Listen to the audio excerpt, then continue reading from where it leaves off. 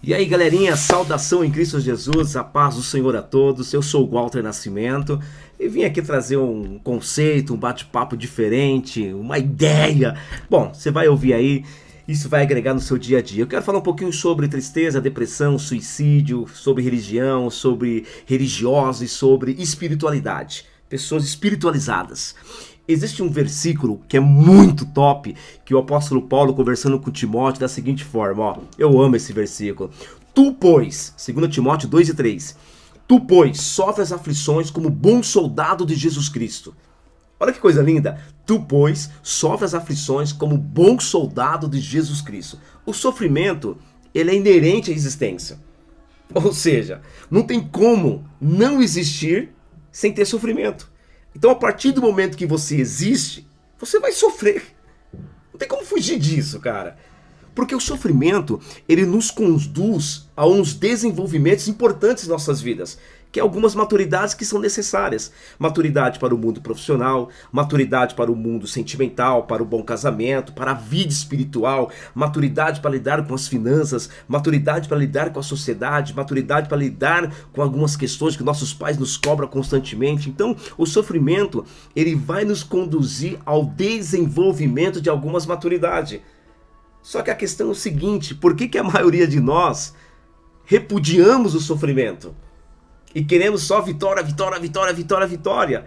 Como conquistar vitórias se você não sabe o que é sofrimento?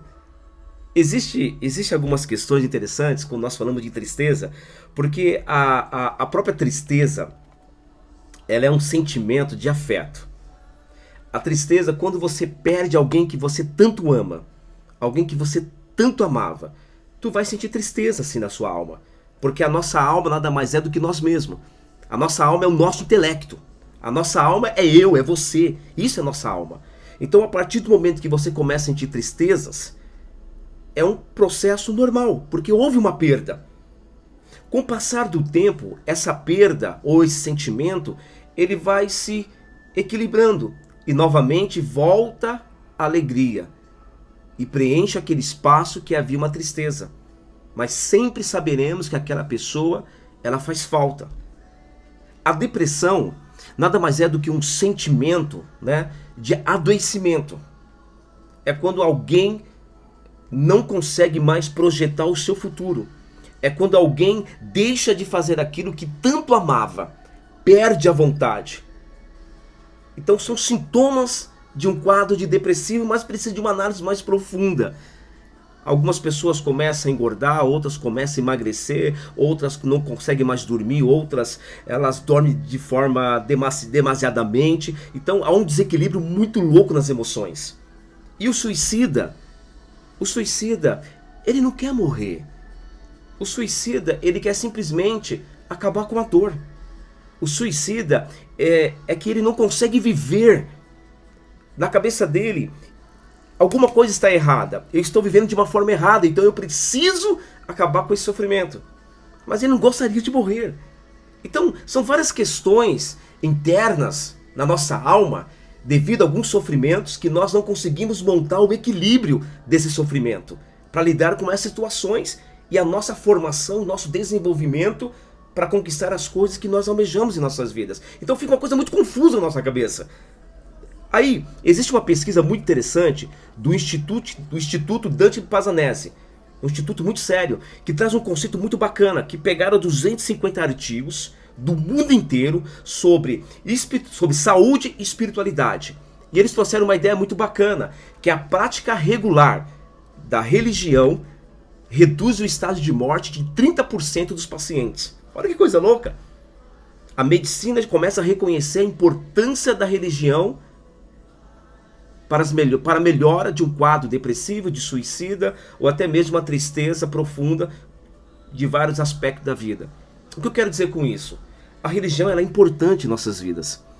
Aquilo que nos leva a ficar próximo do Pai. Aquilo que nos conduz a ficar próximo do Eterno. Só que existe uma diferença. Religião, religiosos e pessoas espiritualizadas. Eu quero falar sobre religiosos e pessoas espiritualizadas. Depois eu volto a falar sobre tristeza, depressão e suicídio, tá bom? Religiosos, eles vivem para si. Religiosos, às vezes, eles lutam para mudar os seus comportamentos, para mostrar à sociedade que ele é diferenciado. E eles querem que os demais sejam igual a eles. Porque a Bíblia diz assim: vinde a mim todos que estáis cansados e oprimidos, e eu vos aliviarei. Ou seja, você vem cansado para a casa do Pai, para uma igreja, para algum local, e lá você ouve a palavra, lá você ouve a ministração do seu líder espiritual, ele ministra, ele prega, ele fala do Evangelho, ele fala de Jesus, e você se sente aliviado.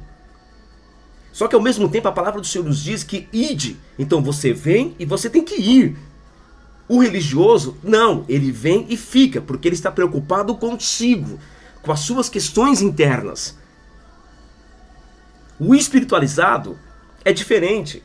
Ele vem cansado, ele vem oprimido, ele ouve a palavra, ele é regenerado pela palavra, ele é transformado pela palavra. Há uma ação do Espírito Santo dentro da alma dele, ele ocasiona a regeneração e a renovação. É onde todos nós observamos que houve uma mudança. E ao mesmo tempo ele faz o id. Ele volta para o mundo da onde ele veio. Ele volta para o ambiente de trabalho. Ele volta para a faculdade. Ele volta para a escola. Ele volta para a sociedade. Ele volta para os vizinhos. Ele volta para a família. Ele volta para os seus pais. Ele volta para o seu casamento. Ele volta para vários lugares.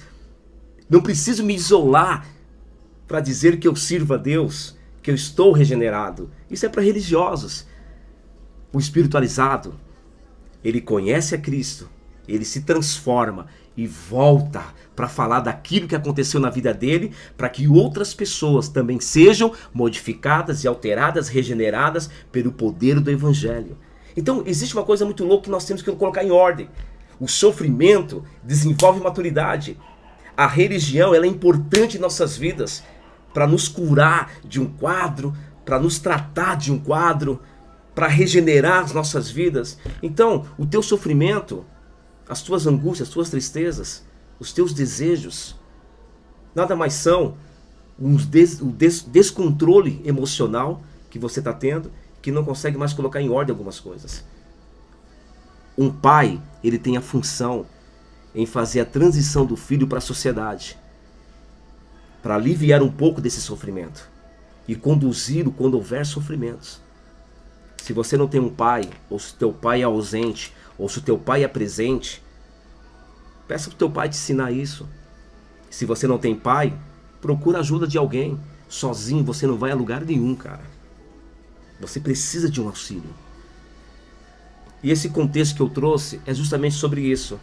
Como que eu faço então para que a minha alma sinta essa alegria e ela consiga lidar com esse equilíbrio da tristeza, das frustrações, dos desejos e até mesmo do suicídio? Você precisa pegar o teu espírito, conectar com o Espírito de Deus, para que a sua alma, que é o seu eu, sinta alegria. Eu posso estar triste agora, mas sou uma pessoa feliz. Eu posso estar sentindo dores agora, mas sou uma pessoa feliz, porque a minha alma regozija-se no Senhor. O que eu quero te dizer novamente é que você precisa conectar o teu espírito no Espírito de Deus. E como nós fazemos isso? Nós convidamos a presença do Espírito Santo aonde nós estamos e começamos a trocar uma ideia com ele, começamos a bater um papo com ele. O pastor Johnny, do True Life, lá da Verdade e Vida, ele fala uma coisa muito louca. A nossa alma, ela sempre vai dar ordem naquilo que nós temos que fazer. Existe uma briga para que ocorra uma conexão com Deus. Primeiro a alma vai dizer se pode ou não pode. E vai ter uma briga, e é um processo de resistência. Nós temos que brigar contra a alma, contra a nossa carne. E quando nós começamos a brigar nos 5 primeiros minutos de um bate-papo com o Eterno, depois dos 6 minutos, o nosso espírito conecta com o Espírito de Deus. Aí nós começamos a sentir uma alegria na nossa alma. E nós queremos mais dele. E a presença do Pai vem. E ficamos contaminados, ficamos totalmente cheios da graça do Pai. Que você possa conectar o teu espírito no Espírito de Deus e sentir essa graça na tua vida. O sofrimento, ele é importante. O que você precisa é buscar o equilíbrio. E se você não sabe, peça ajuda. Deus abençoe tua vida. Valeu, obrigado!